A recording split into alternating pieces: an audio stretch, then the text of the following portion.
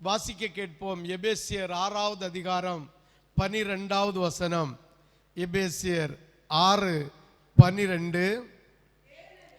ஏன் எனில் மாம்சத்தோடும் இரத்தத்தோடும் மட்டுமல்ல,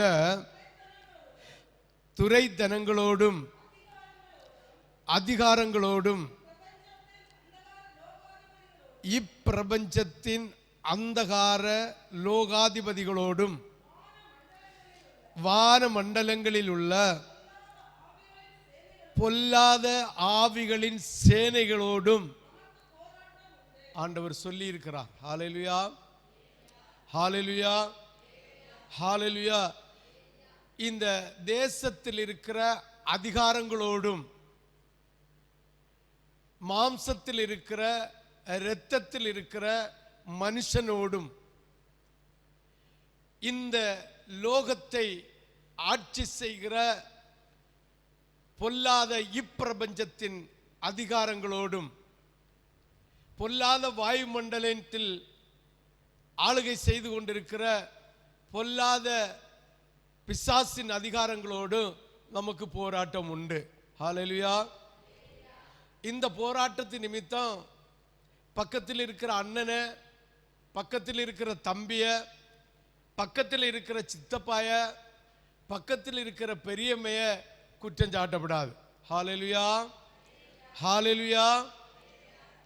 மந்திரம் உண்டு, அதாவது மந்திரவாதம் உண்டு, தந்திரவாதமும் உண்டு.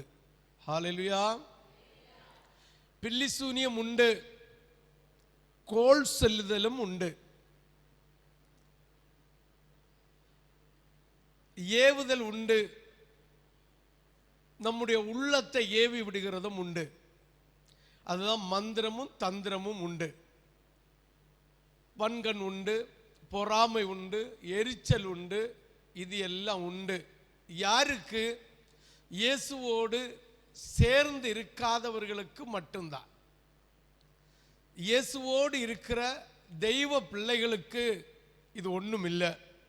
அதுதான் யாக்கோபுக்கு விரோதமான மந்திரவாதமும் இல்லை, இஸ்ரவேலுக்கு விரோதமான குறி சொல்லும் இல்லை.